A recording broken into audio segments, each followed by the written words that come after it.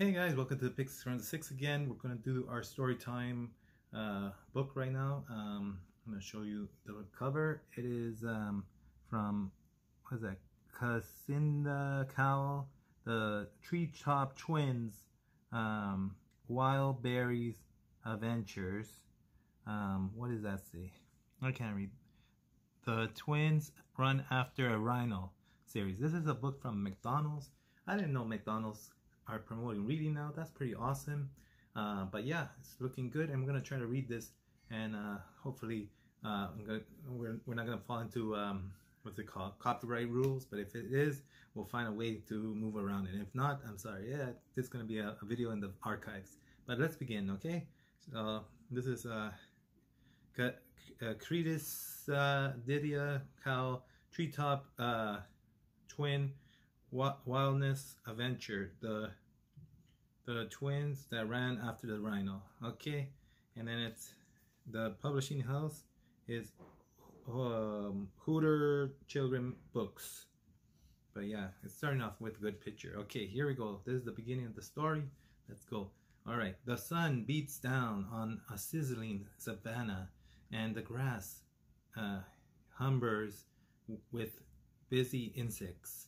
The treetop family have taken their time machine and traveled not back in time, but far, far away to the African savannah to study some very rare black rhinos. Oh my goodness, this is an interesting book. I'm getting interested in reading this. Oh boy, here we go. Second page.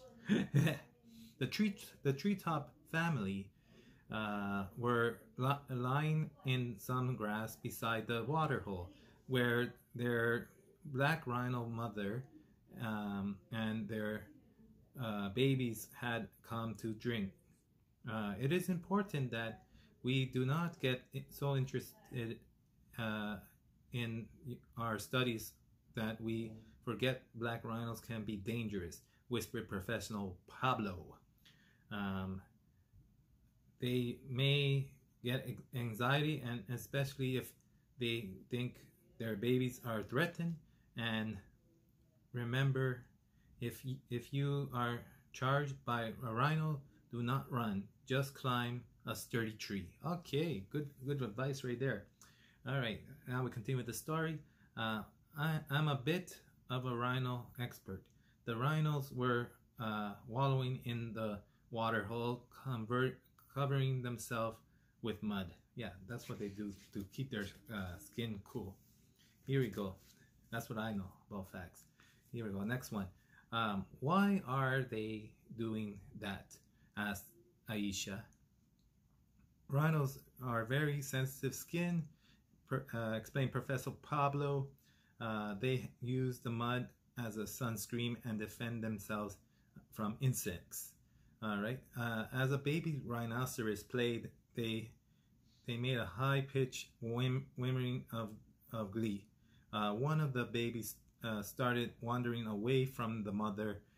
Hey, go back to the watering hole, said Tulip, running after it, and it's going to get lost.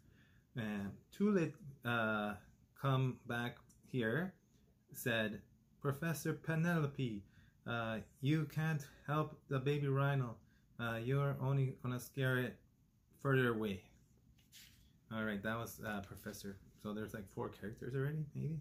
All right, and then the mother rhino lifted her head to see where her baby was going and made a low rumbling noise. How interesting, said the Professor Pablo. I wonder what that noise means. The mother rhino had begun to walk in their direction. Look, her ears are flattening, said Alfie, peering through the binoculars. Ooh, this is going to get interesting now. All right, so her nostrils are flaring, and she is stomping her feet too.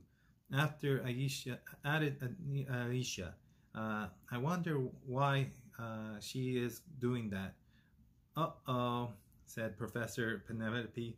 I think the mother rhino might be anxious about her baby, which means she's maybe about to charge. Oh my God, charge. Okay. Let's see here. Sure enough, the rhino began running towards them at a speed. Quick, everyone, climb a tree, said Professor Penelope. Wow, this is getting excited right now, guys. All right, so Alfie, Aisha, Tulip, and Ted, and Professor Penelope all climbed the nearest sturdy tree. Our Professor Pablo stayed on the ground, and he may have been a bit of a rhino expert, but he was so interested in his studies of rhinos that he forgot that he could be endangered. All right. How fascinating. The rhinos must be charging around 50 kilometers per hour. Wow, that's pretty fast. That's twice as fast as a human sprinter. And then they go, Dad! And then the twins all shouted at him. Luckily, he just in the nick of time, Professor Pablo remembered his own excellent advice and scrambled up a nearest tree. All right, and then the mother rhino charged right underneath the tree that the treetop family had climbed, and the other rhinos charged with her. Together, they made a terrible racket. Now we know why they are called a crash of rhinos, whispered Alfie to Aisha. And they all laughed through, and they did it very, very quietly. Though the rhinos didn't mean any harm, said Professor Pablo, they were just worried about their baby. Oh my goodness, this is a good story. I like it. And it goes, but just to be sure, the treetop family stayed in the safety of the trees, branches, until the rhinos had completely disappeared before going back home for dinner. Nighttime in the African savannah, in the darkness, the giraffes stretched out their long necks to reach the sweetest and most tender leaves of the tree. Dr. Pablo and Professor Penelope were getting the dinner ready. Oh man, we're talking about dinner. I'm getting hungry right now. And then here we go. Ted was making the most extraordinary noises, high-pitched whimpering while jumping up and down the point of the mound. And said, "Rheo!" cried Ted. Professor Penelope came charging over. "Are you all right, Ted?" shouted Professor Penelope. Anxiety. He's speaking in rhino language, explained Tulip, and the means he is very hungry. That's good. And then they're like, "Oh, thank goodness," said Professor Penelope in relief. "I thought you were being attacked by something. You see, even human mothers will charge when they are anxiety about their babies." All right, and that's the end. But there's a little featurette as well here. It's Aisha's facts for black rhinos. So let's read that as well.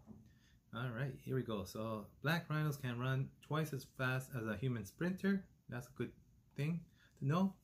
And then it says they have very sensitive skin, and they use mud as sunscreen. Well, there you go again, reinforcing what the professor said. They are herbivores and they eat mostly leafy plants, branches, and bushes, as well as fruit. And there you go. That is all the story we had.